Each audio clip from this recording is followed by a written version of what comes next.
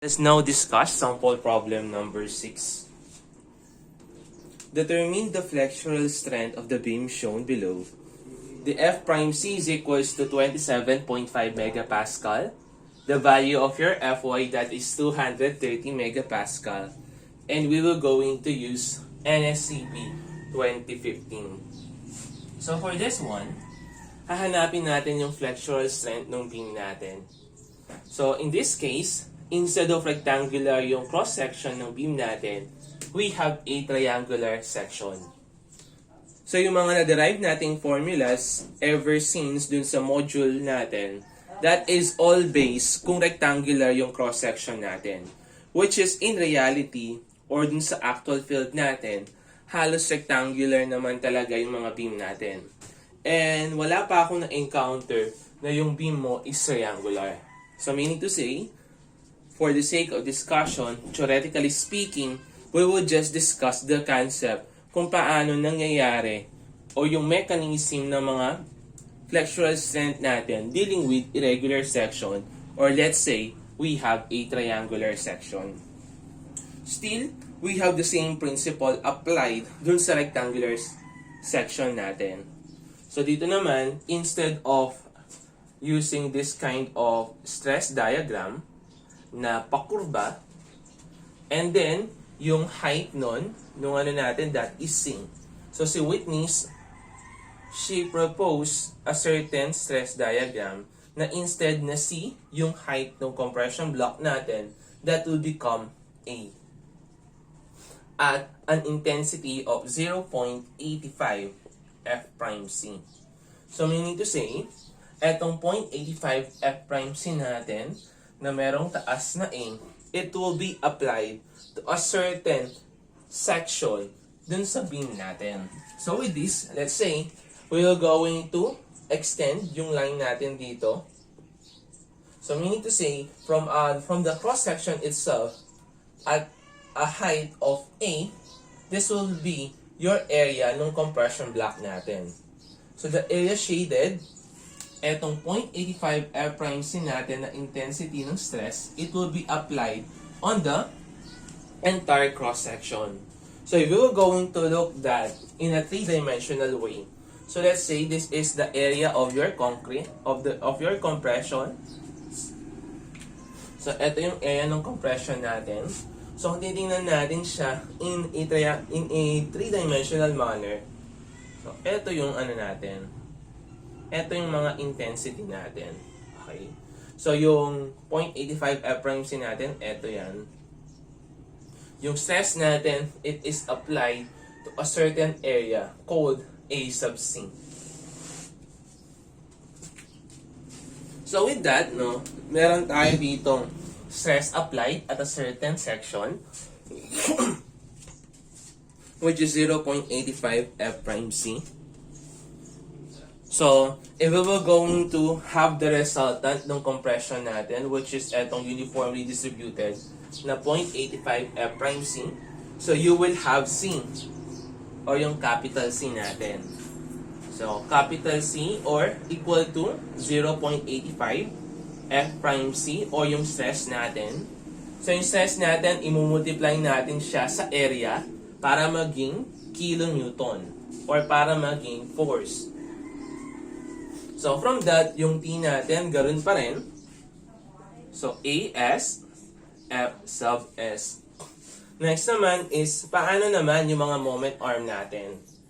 So, with that, we will just apply yung mga natutunan natin sa pagkuha ng mga centroid.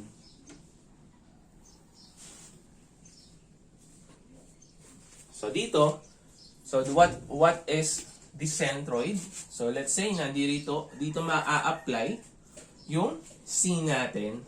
So, with that, mapapansin natin, etong centroid natin, from the center hanggang dun sa hanggang dun sa apex natin, that will be 2/3 of A. Okay. So, yung distance natin from the outermost fiber hanggang dun sa force natin, that is 2/3 over A. So, meaning to say, the moment arm between C and T, that will be, what will be the moment arm between them? So meron tayong effective depth from the center of your reinforcement to the outermost fiber of your beam in compression. That is effective depth. Minus etong location ng C natin from the compression, from the outermost fiber to the compression itself. So minus 2/3 over A. So this will be the new moment arm. So sir, paano po tayo magpo-proceed ng solution kapag triangular yung section natin or irregular? So same principle muna tayo dito. First step, we will just assume tension still yields. So when tension still yields, what will happen? Your Fs will now equal to Fy, and upon checking, all we need to do is kunin natin yung strain natin sa steel. Kapag greater than or equal yan sa strain natin at yielding point, meaning to say, tama yung assumption natin. So with that, sige lang tayo dito sa mechanism natin. So, summation forces horizontal equals 0. C is equals to tension. So what is the formula for C? So that is 0.85 F prime C, area natin sa compression block, is equals to Fs, kaso nga lang since we assume na tension still yields, so that will become Fy. So substitute natin yung mga values natin, 0.85, the value of your F prime C, that is equal to 27.5, the value of your A sub C, the value of your AS, meron tayo tatlong bakal na merong diameter na 16 mm squared, and the value of your Fy, we have 230 megapascal. So the value of your A sub C is now equal to 5,935.09 mm squared. So after finding for the value of your AC, ngayon kailangan nating malaman yung mga values natin dun sa height ng compression block natin and the value ng C natin para ma-check natin kung nag-yield ba talaga yung bakal or hindi. Kasi in finding for your strain at steel, kailangan natin yung value ng C natin. So with that principle, paano po natin hahanapin yung value ng A, sir? So para mahanap natin yun, we will just refer yung A sub C natin. So sir, ano yung A sub C natin o yung area ng compression block natin? Ito yan. Okay? So para ma-solve natin yan, kailangan natin kunin yung area ng compression block in terms of A. So let's say, the width of the compression block, that is X. So by similar triangles,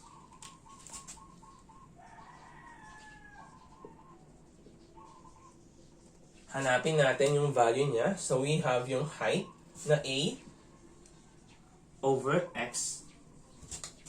Width. Ito yung small triangle natin. We will refer to the big triangle, yung triangular beam mismo natin. So we have yung height niya, which is equal to 325 plus 75, that is equal to 400, over yung width niya, which is equal to 400. Therefore, A is equals to X. So with that, A sub C is now equal to, so ano yung equal na ito? We have 1/2, kasi triangle. Yung base niya, that is X, which is equal to A. Yung height niya, that is A. So, shift solve lang tayo. We will now find for the value of your A. So, ano yung value ng A natin? That is 108.95 mm.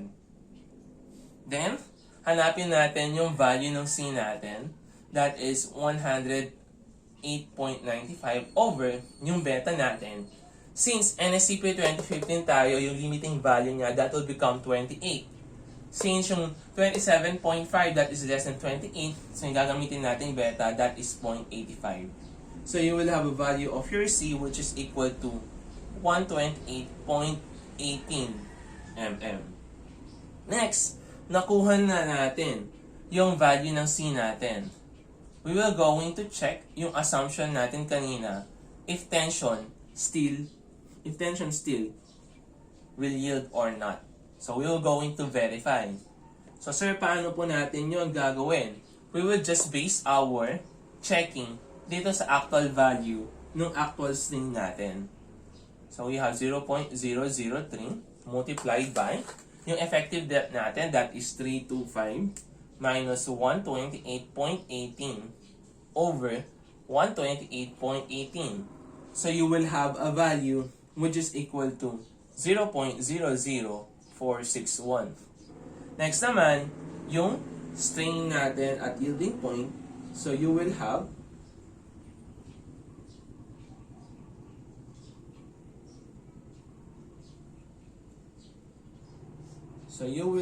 a value of 230 megapascal over yung modulus of elasticity natin na 200,000. So you have a value of 0.00115.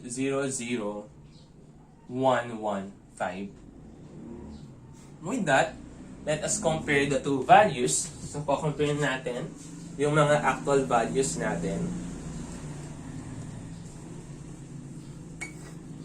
So mapapansin naman natin that the value of your actual strain is greater than to the value ng yielding strain natin. Therefore, tension still yield assumption is correct. Correct yung assumption natin. So with that, we can now proceed to the next step. We will now find for the value of your ultimate moment capacity. Sir, paano po natin kukunin yan? So we can refer dun sa tension na lang. So that is reduction factor. AS, FS. So Fy kasi nga nag-yield yung bakal natin. Multiplied by the moment arm. So what will be the moment arm? D minus 2/3 of A. So with this, yung magiging problema na lang natin is what will be the value of your reduction factor? So, eto na lang yung problema natin dyan. So, based dun sa natin, meron tayo ditong tension controlled, meron tayong transition controlled, and then meron tayong compression controlled. So, with this, meron tayong mga limiting values. So, for the compression controlled, hanggang strain tayo at yielding point. Dun sa tension controlled naman, yung strain naman natin, that is equal to 0.005. And then, yung mga reduction factor natin dito. So, kapag tension control, 0.19 gagamitin. Compression controlled, 0.65. So, sa transition controlled, meron tayong formula dyan in computing for the value of your reduction factor. So, titignan natin. So, yung actual strain natin right now is 0.00461. That is yung actual strain natin sa bakal. Yung strain natin at yielding point, that is 0.00115. So, titingnan natin, isi-scale natin dito, going doon, papunta, kung i-graph natin yan, yung 0.00461, eto yan. Before siya sa 0.005, nandirito yung location natin na 0.00461. So, meaning to say, nakapagitna siya between yung boundaries ng tension at saka ng compression side. So, meaning to say, nasa transition control tayo. Sir, paano po natin kukunin yung value kapag transition control? You may do so yung formula natin. Pwede ninyong gamitin yung formula na yun, o you can do yung linear interpolation natin. So, if you were going to do yung linear interpolation natin, ganito lang naman yan. So, at point 19,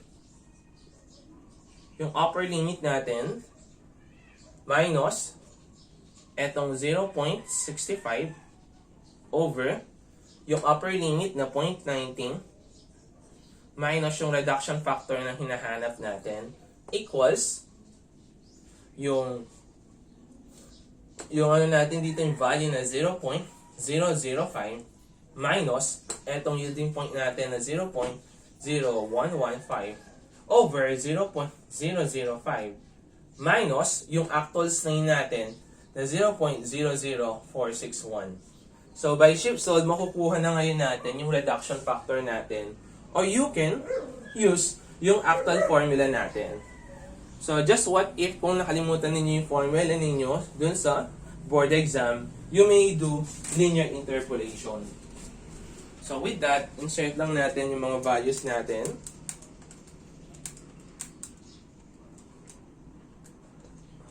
Mag linear interpolation na lang kayo.